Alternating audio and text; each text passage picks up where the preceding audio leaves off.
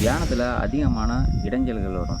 நம்மளுடைய மனசை கட்டுப்படுத்தக்கூடிய சில நுட்பமான மந்திர முறைகளை பிரயோகம் பண்ணி தான் நம்மளுடைய மனதை கட்டுப்படுத்த முடியும்னு சொல்லி, இதுக்கு என்ன தேவைன்னா ஒரு ருத்ராட்சம் ஒன்று வாங்கிக்கோங்க. ஒரு 108 அளவு ஒரு ருத்ராட்சம். ஸோ இந்த மந்திரத்தை வந்து நீங்கள் ஸ்டார்டிங்கில் வந்து ஒரு 100, 150 தடவை நல்லா சொல்லிட்டீங்கன்னா, ஒரு 1008 தடவை சொன்னீங்கன்னாக்க உங்களுடைய அந்த ஐம்புலன்களுடைய திறன்கள் வந்து சம்பித்து நிற்கும்னு வந்து சொல்லலாம். தியானத்தில் அதிகமான இடைஞ்சல்கள் வரும். ஒன்று வந்து பார்த்திங்கன்னா, நம்ம மனசு வந்து கட்டுப்படுத்த முடியாது. மனசு வந்து அலைப்பாயும். அப்போ நம்மளுடைய மனசை கட்டுப்படுத்தக்கூடிய சில நுட்பமான மந்திர முறைகளை பிரயோகம் பண்ணி தான் நம்மளுடைய மனதை கட்டுப்படுத்த முடியும்னு சொல்லி விவேகானந்தரே வந்து ஒரு சில இடங்களில் சொல்லியிருக்கார். பெரும்பாலும் நம்மளுடைய மனதை ரொம்ப கட்டுப்படுத்தி வைக்கக்கூடிய மந்திர முறைகளை வந்து பார்த்தீங்கன்னாக்கா, அதுக்கு என்ன தேவைன்னா ஒரு ருத்ராட்சம் ஒன்று வாங்கிக்கோங்க. ஒரு 108 அளவு ஒரு ருத்ராட்சம். உங்களுக்கு இஷ்டமான ஒரு தெய்வத்தை வந்து நீங்கள் தேர்ந்தெடுத்துக்கோங்க. விநாயகராக இருக்கலாம், சிவனாக இருக்கலாம், அம்பாளாக இருக்கலாம், சக்தியாக இருக்கலாம், பெருமாளாக இருக்கலாம், விஷ்ணுவாக இருக்கலாம்.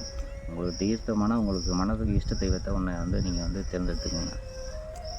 தேர்ந்தெடுத்துட்டு பார்த்தீங்கன்னாக்கா, நீங்கள் ஸ்டார்டிங்கில் வந்து இதை கண்டினியூ பண்ணிவிட்டு உங்களுக்கு இஷ்டமான தெய்வத்தை வந்து நீங்கள் வந்து மன ரீதியாக ப்ரேயர் பண்ணுங்கள். அடுத்து வந்து பார்த்தீங்கன்னாக்கா, இதை ப்ரேயர் பண்ணிகிட்டே நீங்கள் வரையில் அதாவது நமசிவாய மந்திரத்தை வந்து பார்த்தீங்கன்னாக்கா மேக்ஸிமம் ஒரு 108 ஒரு 1008 தடவை நல்லா செபிக்கணும். ஏன்னா நமசிவாயங்கிற ஒரு மந்திரம் வந்து பார்த்தீங்கன்னாக்கா, அதனுடைய மந்திரத்தினுடைய பொருள் வந்து நம்ம முதல்ல தெரிஞ்சுக்கணும். பொருள் என்னன்னாக்கா, எல்லாத்தையும் தம்பித்து நிறுத்துதல்னு அர்த்தம். ஸோ இந்த மந்திரத்தை வந்து நீங்கள் ஸ்டார்டிங்கில் வந்து ஒரு 100, 150 தடவை நல்லா சொல்லிட்டீங்கன்னா, ஒரு 1008 தடவை சொன்னீங்கன்னாக்கா உங்களுடைய அந்த ஐம்புலன்களுடைய திறன்கள் வந்து சம்பித்து நிற்கும்னு வந்து சொல்லப்படுது. அதே மாதிரி முன்னாடி வந்து பிரணவ மந்திரம் சேர்த்துட்டு ஓம் நமசிவாயங்கிற மந்திரத்தை சேர்த்து செபிக்கலாம். ஓம் நமசிவாயா நமகன்னு சொல்லலாம், இல்லைனா ஓம் நமசிவாயான்னு சொல்லலாம். ஒன்னொன்றுக்கும் ஒவ்வொரு பொருள் வினைகள் வந்து மாறும், அவ்வளோதான். இதை வந்து ஒரு 1008 தடவை வந்து நீங்கள் ஸ்டார்டிங்கில் வந்து தியானம் பண்ணிட்டு வரையில் உங்களுடைய மனம் வந்து அமைதி அடைய ஆரம்பிச்சிடும். அதுக்கு பிறகு நீங்கள் வந்து ஒரு செயலை செய்தால் அது வந்து தியானத்தில் மிகவும் ஒரு சித்தி அடையும்.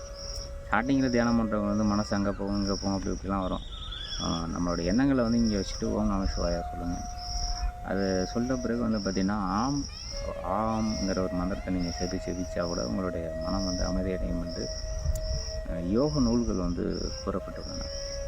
இந்த ட்ரிக்கை வந்து நீங்கள் வந்து நல்லா ஃபாலோ பண்ணிட்டு வந்தீங்கன்னாக்க தியானத்தில் வந்து உங்களுக்கு மிகவும் வந்து பார்த்திங்கன்னா ஈஸியாக வந்து நீங்கள் வந்து சக்ஸஸ்ஃபுல்லாகவே நீங்கள் வந்து தியானம் வந்து உங்களுக்கு சித்தி அடைஞ்சவரை அடுத்த நிலைகளுக்கு நீங்கள் போகிறதுக்கு உண்டான வாய்ப்புகள் வந்து உங்களுக்கு ஏற்படுத்தி தரும்.